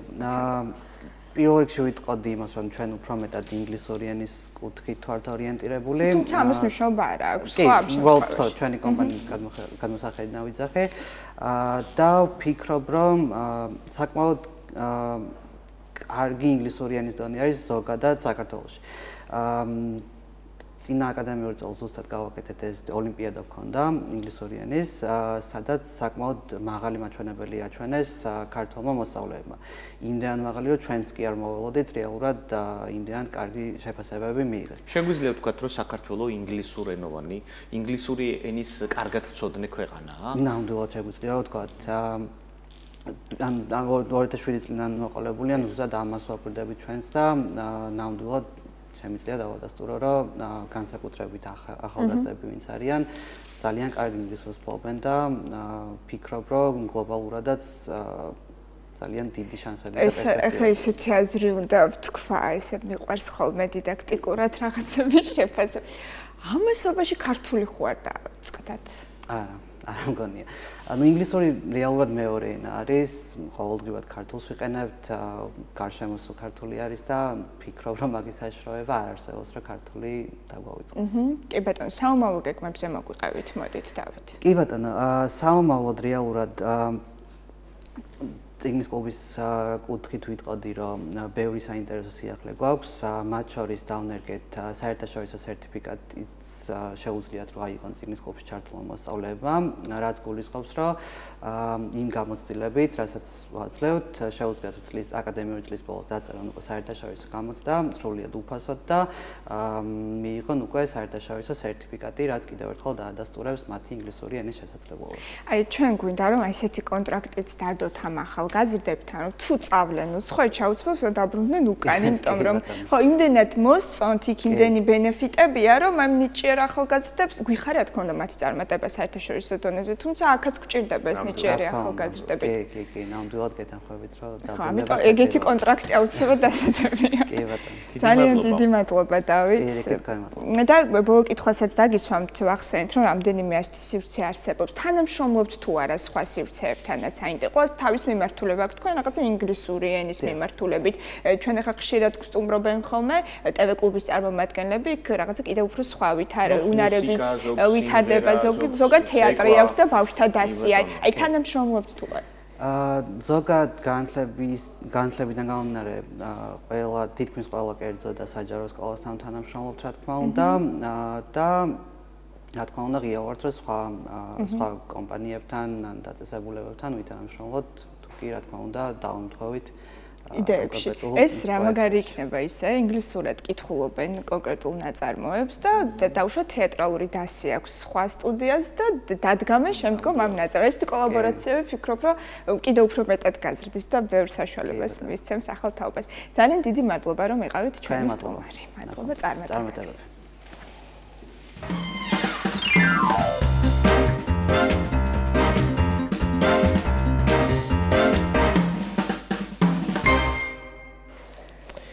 თანამედროვე ვოკალის პედაგოგი, არტისტი, კომპოზიტორი, მუსიკოსი, მოკლედ ტიტულების ჩამორთვა შორს წაგვიყვანს, იმდენად ნიჭიერი სტუმარი გვყავს ახლა სტუდიაში, ქალბატონი გიული კუბლაშვილი, მობრძანდით ქალბატონო გიული. ყოველთვის გვიხარია თქვენი სტუმრობა. მშვიდობისა, მოგესალმებით ყველას. მადლობა რომ ხართ ჩვენთან ერთად. შემოქმედებითი აღზევების პროცესი გაქვთ როგორც ყოველთვის. მოგვიყევით თქვენი პროექტების შესახებ, სად ხართ ახლა, რა შესთავაზებთ ბათუმელ მაყურებელს და არა მარტო მათ. პირველ რიგში მოგესალმებით, ჩემო კარგებო. ყოველთვის სწორად აღნიშნეთ, რომ ყოველთვის ვცდილობთ, რომ რაღაც შემოქმედებითად რაღაც სიახლეები გავაკეთოთ. ამჟამად პირველ რიგში, რა თქმა უნდა, ახალ სიმღერებზე ვმუშაობთ. რადგანაც გვინდა რომ საავტორო კონცერტი ჩემი ისევ გავაკეთო, უბრალოდ ცოტა დრო ჭირდება ამას, იმიტომ რომ ორჯერ გავაკეთე საავტორო კონცერტი და ახლა ცოტა სიახლეებით მინდა შემოგთავაზოთ და მუშაობ ბავშვებთან. დანერგილი მაქვს, ეს ალბათ წლების პრაქტიკა მოიტანა. დანერგილი მაქვს თანამედროვე ვოკალური კლასი. ცოტა სხვა სტილით არის, ალბათ იმიტომ რომ მოიტანა ეს შედეგი წლების გამოცდილებამ და აი უფრო მეტად მოდით თან და კონკრეტულად თითოეული ნარატივი რაზეც საუბრობთ, ცოტა სხვა სტილი რა იგულისხმება და ფიზიკური დატვირთვით. კი, და ეს ახალი თაობაც როგორი მოდის, იმიტომ თუ თქვენს ხელში გაიარეთ ძალიან ბევრმა თაობამ, გუშინ ჩვენი კოლეგა პაატა ძიძიგური ხსენებდა თქვენთან თანამშრომლობის პერიოდს და იმ დროს, ანუ გამოდის რომ საკმაოდ ბევრ თაობასთან გქონდა შეხება ხომ და ბუნებრივია სწავლის პროგრამაც შესაბამისია თითოეულთან. აი თანამედროვე ახალი თაობა. იცით რა არის, მე იმიტომ აღნიშნე, მადლობა ამ კითხვისთვის, რომ წლების გამოცდილებას მოაქვს ეს ყველაფერი და უფრო მუშაობ სხეულის ენით. აი არ არის აი ჩემი მომღერალი არ დგას მხოლოდ აი ინსტრუმენტთან და არ მღერის ესე. სხეულის ენით ფიზიკური დატვირთვა, სუნთქვითი ვარჯიშები არის უფრო აი როგორ გითხრათ სირბილით ვარჯიშები ფიზიკური დატვირთვა არის აი ხმა რო გათიშო და აი უბრალოდ შეხედო ალბათ იფიქრებ რომ გაკვეთილზე ხარ ფიზიკური დატვირთვის ეს ეხმარება საერთოდ და მეტი სახალისოც არის და მეტი შედეგებზე გავდივართ რა ესე რომ ვთქვა აი როგორია თანამედროვე პოპ კულტურის სტანდარტი ამაზეც ვისაუბროთ იმიტომ იყო მართლა პერიოდი როცა შემსრულებელი ეს სტატიკურად იდგა ასრულებდა და ამას ყავდა თავისი მსმენელი. მე თითქოს ცოტი ბრიტნი სპირსის და სხვადასხვა პოპ ვარსკვლავის გავლენაც იყო და ავმოძრავდით სცენაზე. აი ახლა რას ითხოვს მსმენელი? ალბათ მე გეტყვით რომ ეს მაინც ინდივიდუალური შემსრულებლიდან გამომდინარეა, რა სტილს მღერის, როგორ მღერის. ვოკალური კლასი საერთოდ არის მაინც ძირითადად ერთ სისტემაზე დაფუძნებული, ეს არის სწორი სუნთქვა, სწორი პირის აპარატი, სწორი მართვა ბგერის, მაგრამ დამატებითად ზემოდან ალბათ რა სიმღერასაც და როგორ რეპერტუარსაც მღერი ხარ იქიდან გამომდინარეა. თანამედროვეობა მოიტანა სცენაზე დიდი მოძრაობა, მოიტანა მეტი გახსნილები არიან. ეხა პატარა ბავშვები რომ მოდიან, ხო? მეტი გახსნილები არიან, ალბათ მეტი ინფორმირება ინტერნეტთან წვდომა, ბევრი რაღაც იციან ხოლმე, როცა რაღაცებს ვაჩვენებ ხოლმე, ან სიმღერას აი ესეთ რაღაცებს შემომთავაზებენ და ამიტომ ვამბობ, მე ყოველთვის ჩემი ყველა მოსწავლიდან ვსწავლობ. ყველა მოსწავლიდან ძალიან ინდივიდუალურია, ხო? აი ამ ინდივიდუალიზმს როგორ აღვევთ ამაზეც ვისაუბროთ, იმიტომ რომ ხშირად არის ესე პარალელს აავლებენ, რომ აი ეს შემსრულებელი კარგია, იმიტომ რომ რაღაც არ ჯენიფერ ლოპეზს გავს, აი ეს კარგია, იმიტომ რომ ემი ვაინჰაუსის განწყობა მოაქვს, სიტყვა vibes იყენებენ ხოლმე ეს ჯენზი და ვაი. და კარგია ეს მსგავსებები, თუ მნიშვნელოვანია. იცით როგორი მომენტი არის, თავიდან ყოველთვის სწავლობთ, აი როდესაც მე ვამბობ ხოლმე, რომ თუ ბევრი სიტყვა არ იცი ლექსიკონის მარაგი თუ არა გაქვს, ვერ დაწერ კარგ წიგნს. თავიდან აუცილებლად უნდა უსმინო ბევრ მუსიკას, ბევრ შემსრულებელს, რომ ეს მარაგი დააგროვო და ყველაზე რთული არა კითხვაც დამისვი, საკუთარი ინდივიდუალიზმის პოვნა მუსიკაში ეს არის ყველაზე მეტი რთული. აი მოდიან ჩემთან მოსწავლეები, ვისაც ბუნებრივად აი ესე ეგრეთ წოდებული ხრინწი აქვს ხმაში, ცხვერში უშვებს რაღაცა, აუცილებლად ბაზა არის. სწორი ისე თქვა დიაფრაგმა პირის აპარატი ბაზა, უცვლელი ბაზა. ამის გარეშე ვერ ააშენებ ვერაფერს. აი მოდის ჩემთან მომღერლები, რომელიც მანერა აქვს ძალიან ძლიერი, მაგრამ უბრალოდ ქართულ სიმღერას ვეღარ მღერიან და ალბათ იმიტომ რომ ქართული სიმღერით ვიწყებთ ჩვენ ანაბანას, ქართულ სიმღერაში ფრაზებს სწავლა უნდა თუ ვოკალურად დამუშავარი არა ხარ.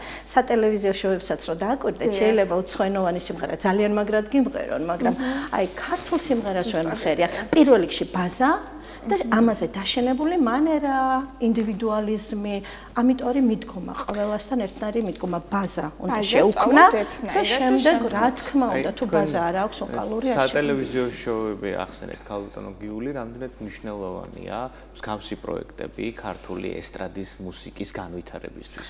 როგორი თაობა მოდის თან საინტერესოა ამაზედაც რო გვესაუბროთ? ძალიან მნიშვნელოვანია. პირველ რიგში მე უდიდეს მადლობას ვუხდი ყველა სატელევიზიო შოუს, რომ ქართული მუსიკა შემოვიდა ძალიან დიდი დოზით.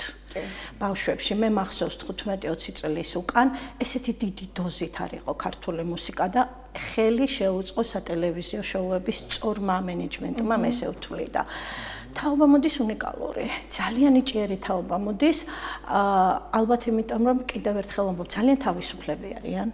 რომელსაც მე ძალიან დიდ პატივს ვსვამ, საკუთარი აზრი გააჩნიათ. მე როდესაც ვეუბნები, მე შენ გაჩვენებ გზას. მოდი ამ გზაზე შენ იარე, გინდა ხტუნვით, გინდა სირბილით, გინდა ნელი სიარულით, იმიტომ რომ როდესაც ბავშვმა იცის მას რა უნდა. ამას აქვს ძალიან დიდი, აი არ უნდა იყოს მომღერალი, მე ვცდილობ, რომ ჩემთან არ იყოს მომღერალი, აი რობოტივით, აი გიული მუთხრა გააკეთა. უნდა გაიასროს. იმიტომ რომ თვითონ უნდა იცოდეს და უწყობ ხოლმე ამას ხელს, იმიტომ ძალიან თავისუფალი და უნიჭიერესი თაობა მონდის დამიჯერეთ. ხშირად ხდება აი მეგა შოუები ვახსენეთ.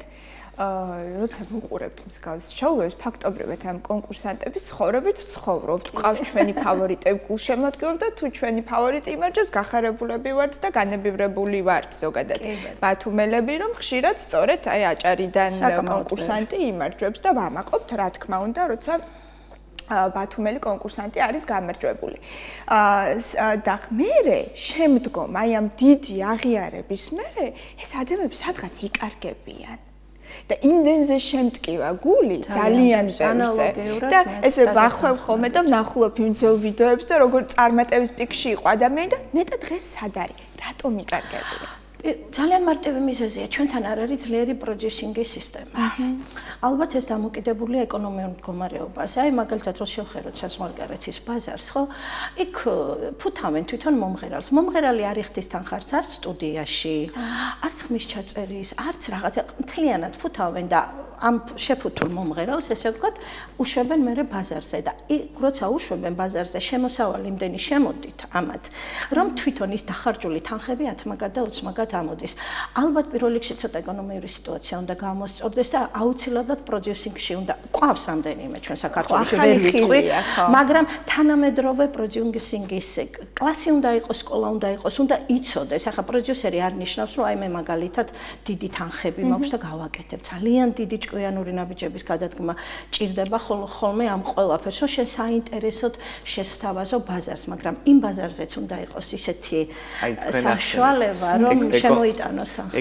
ეკონომიკური სიტუაცია ახსენე და სავარაუდოდ პროდიუსინგიც მაშინ წამოვა, როდესაც ეკონომიკური სიტუაცია და ეკონომიკური მაჩვენებლები მაღალი იქნება, იმიტომ რომ ჩვენ ხშირად ვხედავთ ჩვენ სახელოვან შემსრულებლებს სხვა ქვეყნების ესტრადაზე. ხო, ისინი მიდიან იმიტომ რომ იქ უფრო მეტი ბაზარია.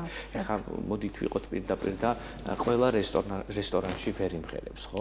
შესაბამისად ბაზარი წყვეტს ყველაფერს. იქიდან გამომდინარე, როდესაც გაქვს დიდი ბაზარი, იქ ამ ბაზარზე ოპერირებენ უზარმაზარი კორპორაციები, რომელთაც აქვთ თავიანთი საღამოები, თავიანთი კორპორატიული წვეულებები, თავიანთი შეხვედრები, სადაც სწორედ აქედან წასული კადრები საქმდებიან, ხო? მოდით ზოგი რომელიღაცა კომპანიის სახე ხდება, ზოგი თქვა სოციალური კამპანიის სახე ხდება.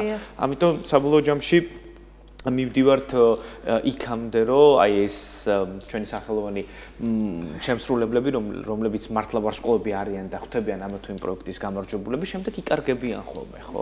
და ესეთი დრამატული ისტორიებიც არსებობს, რომ წერდა არ იყო უბრალოდ შემსრულებელი, ის იყო მუსიკოსი, წერდა საავტორო მუსიკას, ამას არ ყავდა დიდი აუდიტორია და მოუწია ისევ ქოვერების მღერა სხვადასხვა რესტორანში. როგორც კომპოზიტორი, აქეთ ამ ხარესაც გადავარ და ვიტყვი, რომ იცით რა არის, როდესაც მე ესე მიმაჩნია, ყველას ძალიან დიდ პატივს ვცემ, ძალიან ბევრი უნიჭერესი მომღერალი დგას რესტორანში, რადგან როგორც აღვნიშნეთ, ეს საჭიროა.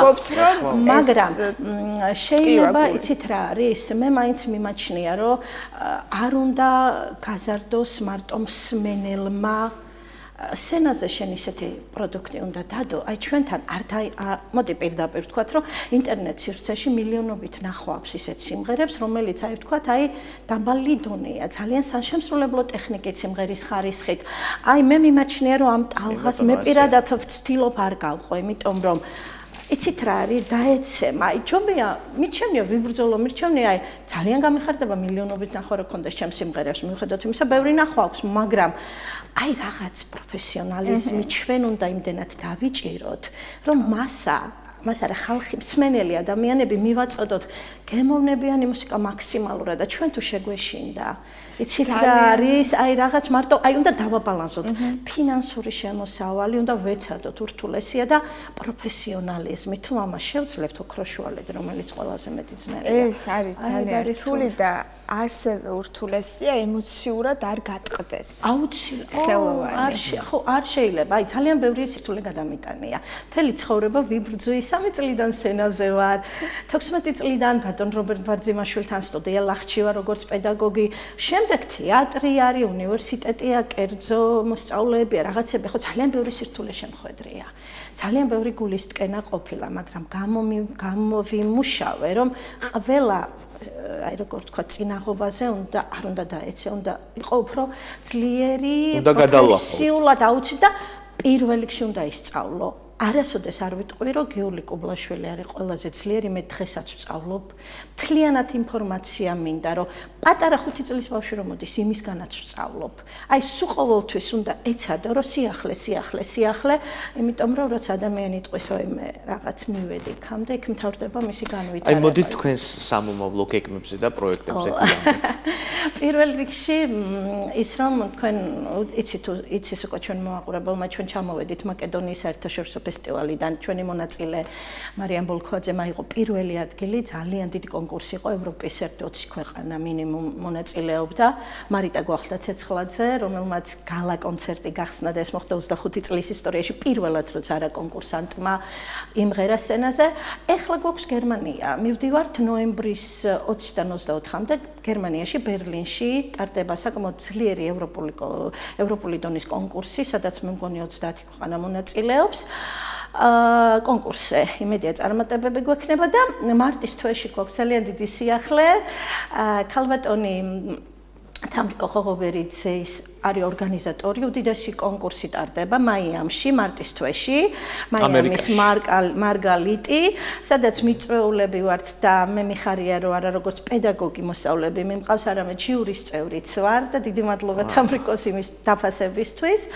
და საკმაოდ დიდი წარმომადგენლობა მიდის ბათუმიდან და პროფესიონალი მომღერლები მიდიან. აქ არ არის ასაკი, ეს არ არის საბავშვო კონკურსი. მაიამი ახსენეთ, ამერიკის შეერთებული შტატები და გერმანიის ფედერაციული რესპუბლიკა ბერლინი. რა სახის კონკურსი იმართება? ვოკალური კონკურსი არის. ბერლინში არის ვოკალური კონკურსი, სადაც ასაკობრივად ეჯიბრებიან ერთმანეთს ბავშვები.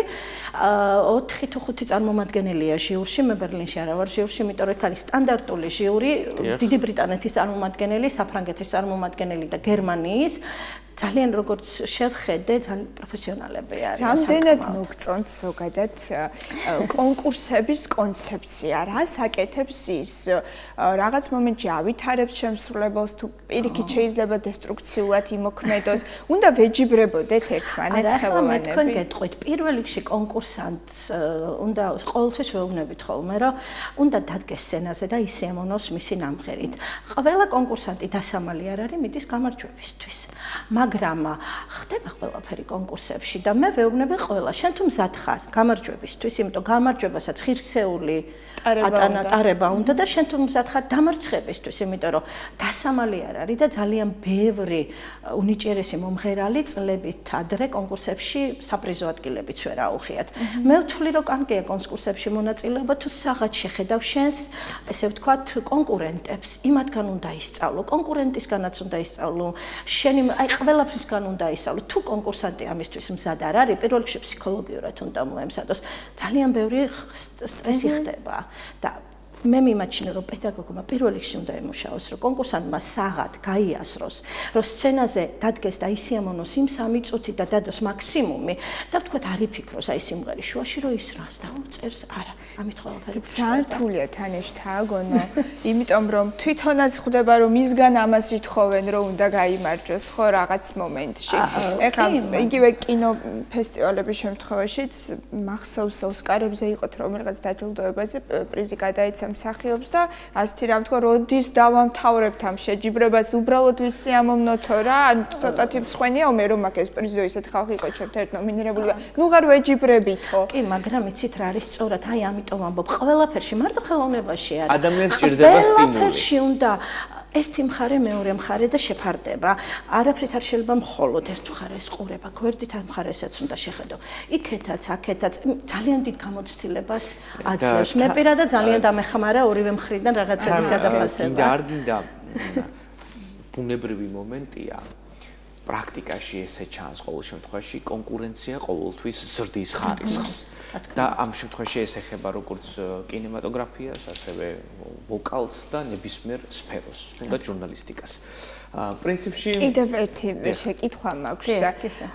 ჩვენ ვიცით ხომ, ესე ბევრი მაგალითი შემსრულებლები, რომლებიც წლებია ავანგარდში დგანან. აი, არასდროს არ მობეზრდა ეს ხალხი მაყურებელს რა, 90-იანებშიც წინა ფლანგზე იდგნენ, დღესაც ფლაგმანები არიან. აი, რა უნარებს უნდა ფლობდეს გარდა გასაგებია რომ ნიჭისა და თუნდაც იმ ავთენტური სტილისა მუსიკოსი იმისთვის რომ იყოს ყოველთვის მოთხოვნადი. ალბათ 90-იანებიდან მოყოლებული მომღერლები, რომელიც ხალხს უყვარს, მე ესე მიმაჩნია, რომ იმ პერიოდში დაიწერა ძალიან ბევრი სიმღერა და უცებ წამოვიდა მასიურად ძალიან ბევრი ქართველი მომღერალი. ის სიყვარული არის შემორჩენილი.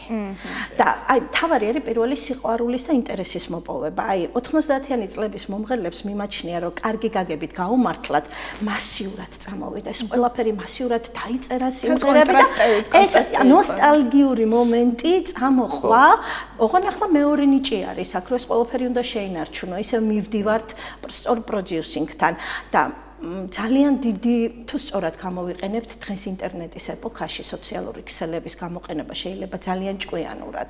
აი მაგალითად უბრალო რაღაცას გეტყვით 10-15-20 წამიან ვიდეოებს ვდებ ხოლმე ყველა რეპეტიციიდან, ოღონ მომიტევებს ჩემი მსმენელი ხმა არა, იმიტომ რომ ვაჩვენებ რაღაცებს არის რაღაცა რომელიც ჩვენთვის უნდა შევინახოთ. ისეთი ინტერესია. 1000-1500 2000 ნახვაზე ადის 10-15 წამი. აი სოციალური ქსელის სწორად გამოყენება. თუ სწორად გამოიყენებ, ესეც ინსტრუმენტია პოპულარიზაციისთვის.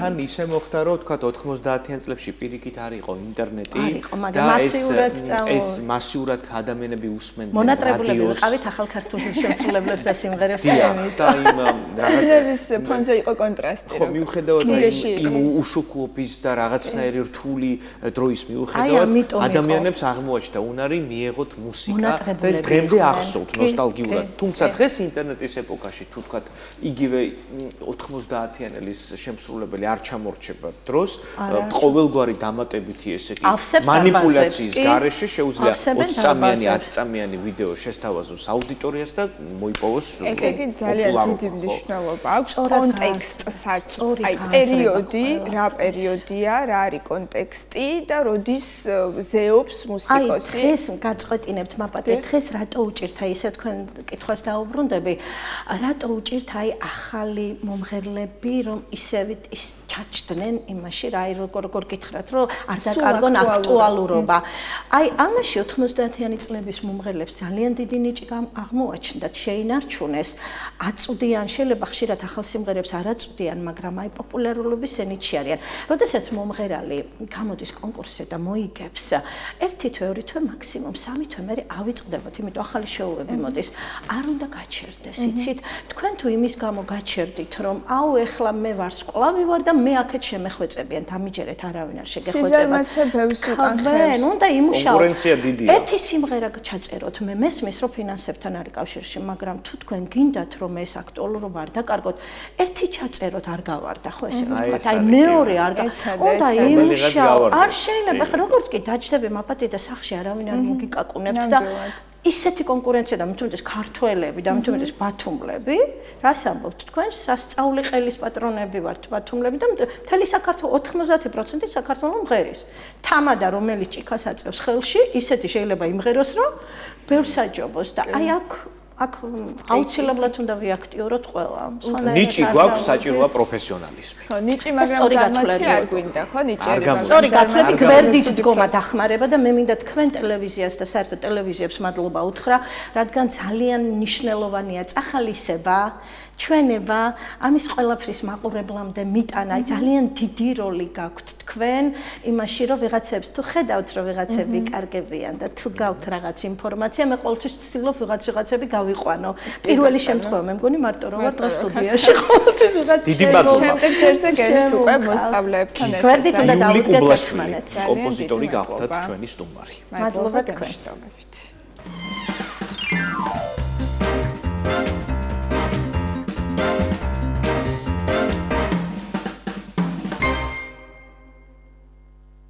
გადაცემის ამ ნაწილში ვისაუბრებთ ფენომენზე, რომლის განმარტებაც სამეცნიერო წყაროებში თუ ლექსიკონებში არის ასეთი. ეს არის ადამიანის სუბიექტური ხედვა, წარმოსახვა, რომელიც დაკავშირებულია მის მისწრაფებებთან.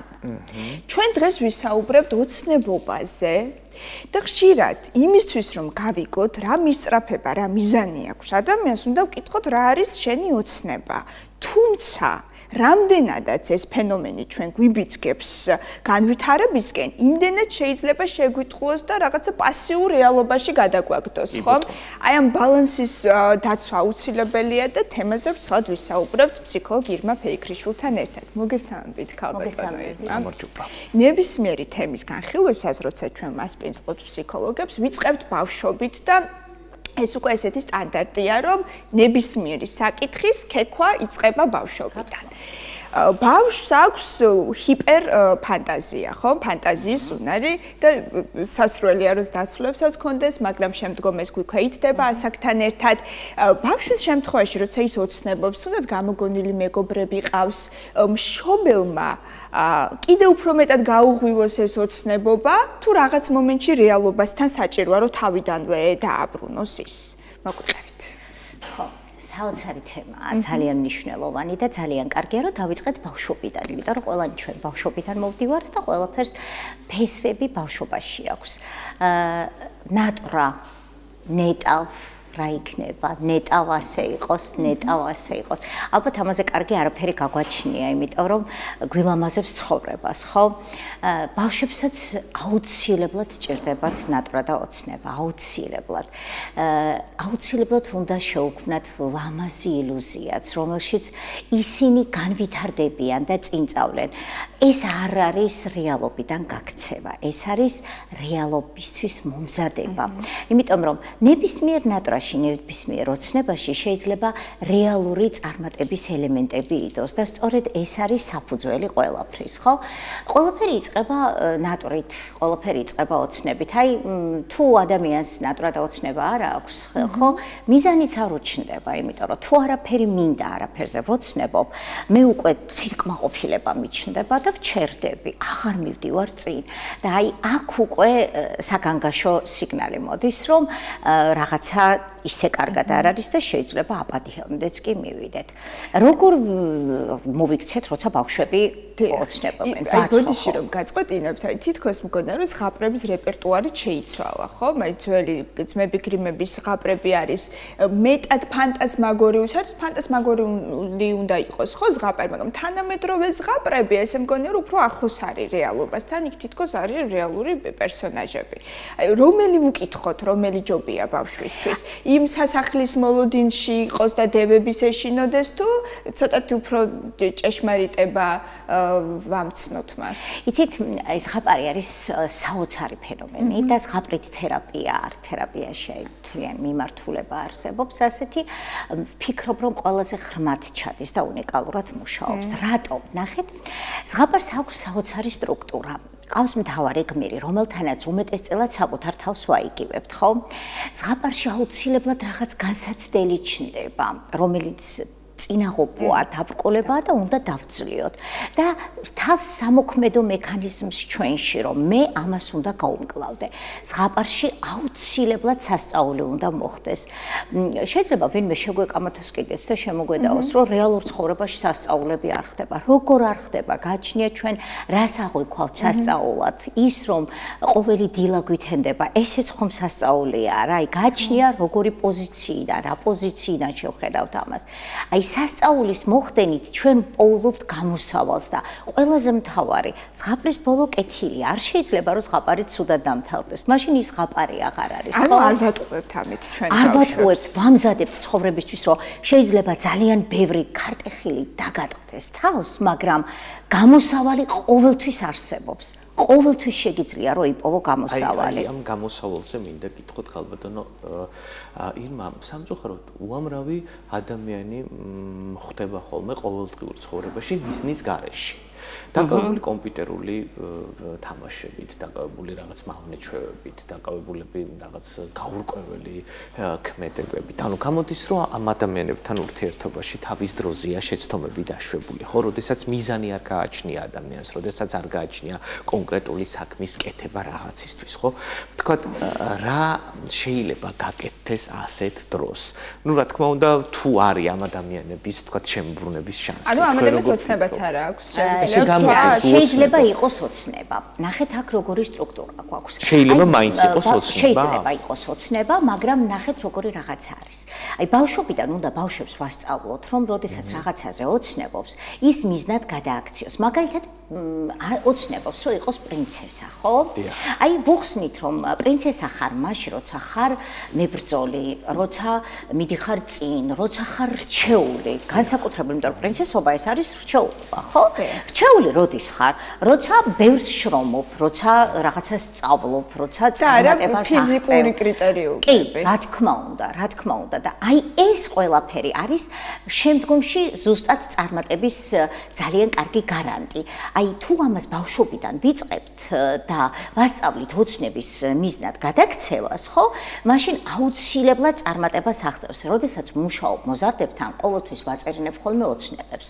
ხო და მე ვასწავლი მექანიზმს, როგორ გადავაქციოთ ეს მიზნად, იმიტომ რომ თუ მიზნისთვის, თუ ოცნებისთვის რაღაცას არ აკეთებ, ხო?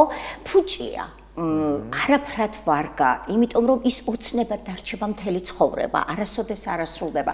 თუმცა არის რაღაცა ოცნებები, რომლებიც ჩვენ დაუნებურად სრულდება, მაგალითად რაღაცა ტექნიკა განვითარდა, რაღაცა წინ წავედით და ეს ჩვენ აგვისრულდა რაღაცა, მაგრამ ეს ძალიან ისეთი იშვიათი გამონაკლისია. ძირითადად ჩვენი შრომაა საჭირო ამისთვის. რა ხდება მაშინ, როცა ოცნება გღუბავს? და ეს კონკრეტული იმედგაცრუება იჩენს თავს ადამიანში, უნდა ეს სურვილი ქონდა ამის მიზანი იყო ეს, ოცნება იყო ეს, გაუსრუდა იმედი და მივიდა დეპრესიამდე. შეიძლება თუ არა მეტისმეტი ოცნება იყოს დეპრესიის და დესტრუქციის სათავე. გადაჭარბებული არაფერი არ ვარ. არც ბედნიერება, იმიტომ რომ მუდმივად ბედნიერების შეგრძნებით კარგავთ სიფრთხილეს და შეიძლება აღმოჩნდეთ ძალიან ცუდ მდგომარეობაში, ხო? რა თქმა უნდა, ბედნიერების შეგრძნება ეს ძალიან დიდი ძალაა, სულ უნდა გქონდეს, მაგრამ ამან არ უნდა დათრგუნოს ჩვენი სიფრთხილე. შიში შეგრძნება არ უნდა დაიკარგოს. აი, რა ხდება, როდესაც ოცნება გაგვიტაცებს, ხო? თუ ჩვენ ამ ოცნებისთვის რაღაცას მაინც ვაკეთებთ, მოქმედების მექანიზმი ხდება, ყოველთვის წარმატებულები ვართ. რატომ? ნახეთ, შეიძლება ვერ მივაღწია იმას, რომ ვერ გავხდი მთავარი წამყვანი პერსონაჟი დაუშვათ სპექტაკლში. ხო, მინდა მივიღო მონაწილეობა და ვერ მივიღე მთავარი როლი, მაგრამ მივიღე, ნუ ცოტა მეორე ხარისხოვანი როლი, მაგრამ იმდენად კარგად გავაკეთე ეს ყველაფერი, რომ მივიღე ოსკარი მეორე ხარისხოვანი როლი. ბატონო, ხალხის მაფასებს მცნობს, შეიძლება მთავარ გმირს ვერ ცნობდნენ, მაგრამ მე მცნობს ხომ ქუჩაში. ეს ვერ აისრულა ბოლომდე თითქოს ოცნება, ხო, მაგრამ მაინც წარმატების მექანიზმია. მაინტერესებს კულტურული და სოციალური ფონდი რაოდენობით გავლენას ახდენს ადამიანის ოცნების არეალზე. გუშინ ეს ძალიან საინტერესო ხედი იყო ერთ-ერთი ბინიდან, სადაც ვიმყოფებოდი, ჩანდა ზოოპარკი ზემოდან. და ვუყურებ ამ ცხოველებს, რომლებიც გამოკეტილნი არიან ამ შეზღუდულ არეალში და გული მტკივა და შემდგომ მათ არ იციან, რომ არსებობს სამყარო, თავისუფალი ლამაზი, აი მთელი მშვენიერებით ვერ გრძნობენ, თუმცა უბედურებს არ გვანან თქო, ამბობთ, იმიტომ რომ არ იციან, რომ არსებობს ამაზე მეტი და ბუნებრივია ამ ცხოველებიც ოცნებობენ, მათი ოცნების არეალი შეზღუდული იქნება და მორგებული იქნება იმ რეალობას, რაშიც არიან, ხომ? ადამიანის შემთხვევაშიც გავავლოთ პარალელი, კულტურული ფონი, სოციალური ფონი, რა გავლენას ახდენს ჩვენს ოცნებებზე? რა თქმა უნდა, ძალიან განსხვავებულია, რადიკალურად განსხვავებული არის სოციალური ფონი, როცა განსხვავებულია. ეხლა აფრიკაში მცხოვრები ბავშვი, რომელსაც ელემენტარულად საკვების მოპოვება ჭირდება და უკიდურეს სიღარიბეში ცხოვრობს სადღაც რომელიღაცა ტომში, რა თქმა უნდა ის ოცნებობს იმაზე, რომ ბანანი მალე დამწიფდეს და ადვილად მოიპოვოს ეს და ეს გააკეთოს. ხო, მისთვის ეს არის ზუსტად ის არეალი, რაზეც ოცნებობს. მაგრამ წარმატებულ სოციალურად ძლიერ გარემოში, სადაც ადამიანები ორიენტირებულები არიან უფრო მეტ განვითარებაზე, ოცნებებიც განსხვავებული არის და უფრო მასლოუს პირამიდას. ხო, კი, აი ეს და როგორ მივხვდეთ, ასე მნიშვნელოვანია სოციუმის ფაქტორზე ვისაუბროთ, ის ოცნება, რაც მე მაქვს ნაკარნახევი ოცნება, თუ რეალურად ის ოცნება, რაც მე მინდა. აი ამ შემთხვევაში რადიკალური განსხვავება არც არის ალბათ ამაში. აი თითქოს თაგვაგონებს სოციუმი, რომ აი iPhone, მე რამდენი iPhone არც ვიცი, მე მგონი ამ ბრენდის თქმის უფლებაც არ მქონდა. ხო, მოკლედ მე 17 გამოვიდა, ყველას უნდა მეც მინდა და რეალურად შეიძლება საერთოდ არ მინდა, ხო? თუმცა შენ შეიძლება გერჩინოს ვიღაცამ ესე იგი სამიჯნურო ლექსი მოგიწევს. ვიცოდი რომ იტყოდი გრამატიკას. ხო, აი როგორ გავერკვა ეს ოცნება ჩემი ოცნება თუ იცი რა არის ოცნების ხო იგივე აიბოდის რომ გაწყვეტინებთ ისევ ისე მშობლებისგან ნაკარნახევი აი მშობლების ოცნების რეალიზება შვილებში ეს ძალიან ისეთი მტკივნეული თემა არის რომელიც ხშირად არის ხოლმე თავსმოხვეული ოცნებები არ არის ჩემი ოცნება მაგრამ ვოცნებობ იმიტომ რომ მინდა გავახარო მშობლები და იმედი არ გაუცრუო მათ მაშინ ასეთ შეკითხვას დაგისმევთ ქალბატონო ირმა მშობელმა ბავშვი უნდა ამყოფოს თქვათ ოცნების რეჟიმში პერიოდში მას აუსრულოს თავისი, ესე იგი, ოცნებები, მიზნები თუ მუდმივად ახდენდეს მის დამიწებას. როგორ ფიქრობთ? უპირობოდ ყველაფრის მუდმივად შესრულება, უცებ მოუნდა და ყველაფერი გაუკეთეთ, არ გვაძლევს სასურველ შედეგს, იმიტომ რომ ბედნიერების შეგრძნებას კარგავენ, სურვილებიც აღარ აქვთ ხოლმე. იმდენად ყველაფერი აქვთ, რომ მე რა და აი ეს რომ რაღაცა ახალი ცხოვრებაში არის, რაღაცა მიხარია, ეს აღარ აქვთ ხოლმე. მაგრამ ოცნება არ უნდა ჩაუკლათ. მუდმივი დადგუნვა ეს დესპოტური სტილი, ქართული ანდაზაშვილი გაზარდე მტრულად და მოყრულად გამოგადგება, ვთქვა ეს. ყოველთვის ვამბობ, რომ ძალიან მიყვარს ქართული ფოლკლორი, ძალიან ბევრ რამეს ვიყენებ, მაგრამ ანდაზა, რომელიც ახლა ახსენეთ, არანაირად არ სასტიკად ვაპროტესტებ. არ არსებობს შვილი მტრულად გაზარდო და მოყრად გამოგადგეს. როგორ ჩვენ იცით რა არის?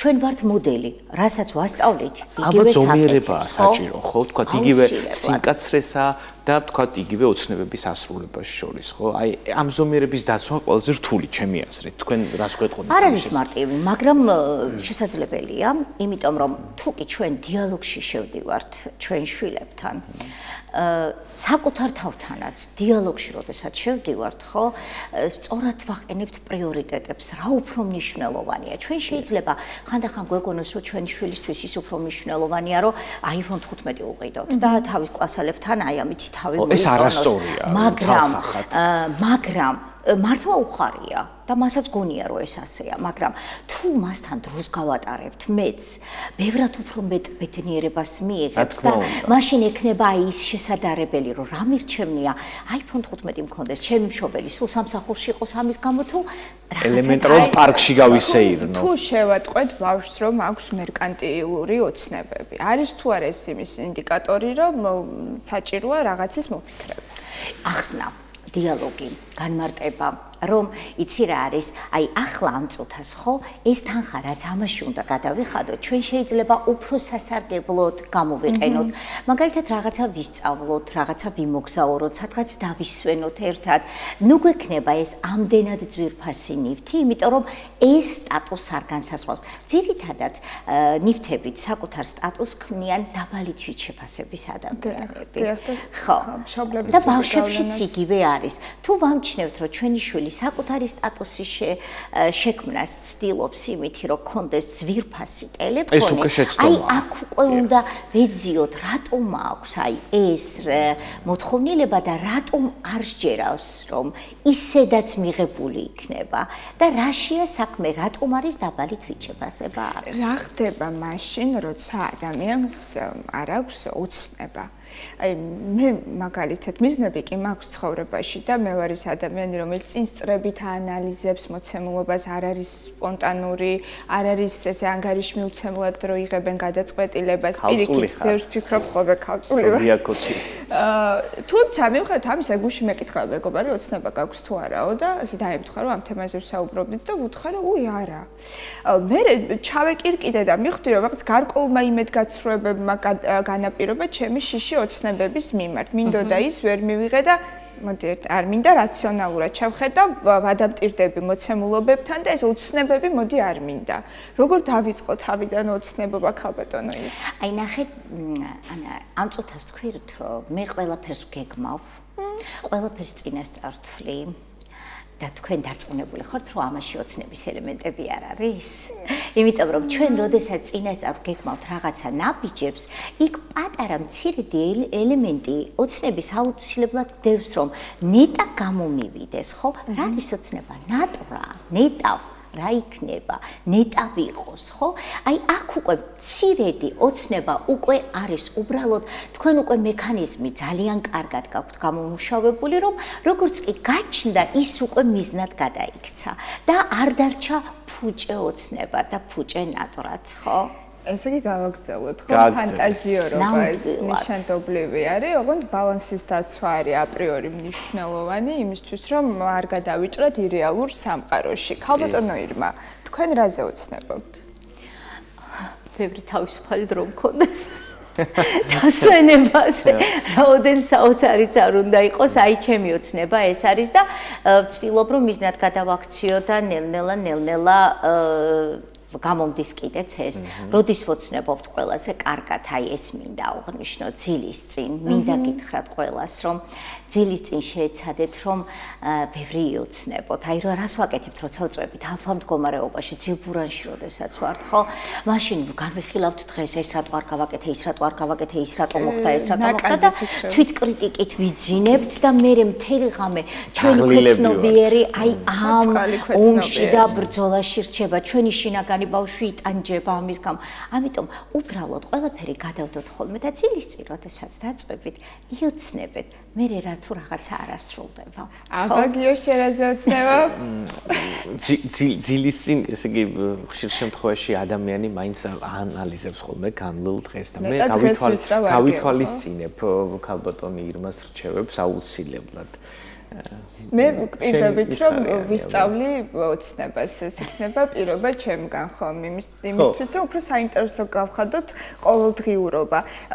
თუმცა ეს რაციონალური შენს მიერ ნახსენები მიზნები ესეც ოცნებაა ქალბატონმა. კი, რა თქმა უნდა, ის როდესაც ძილის წინ მე ასე რომ ყველაფერს სწორად აკეთებ. ვალაგებ ჩემ ხვალინდელ დღეს, ხო, რომ აი ნეტავეს გამომივიდეს, ნეტავეს კარგად გამომივიდეს, ნეტავეს მოვასწრო, ხო? რა თქმა უნდა, იქ უკვე ოცნების ელემენტები არის. და კიდევ ბოლო შეკითხვას დაგისვამთ, როცა მეტია ოცნება, მეტყველებს თუ არა ეს იმაზე, რომ ადამიანი არ არის მადლიერი სამყაროს მიმართ. უპირველეს ყოვლისა. რა თქმა უნდა, ნახეთ, მეტი ოცნება ეს არის რეალობიდან გაქცევა.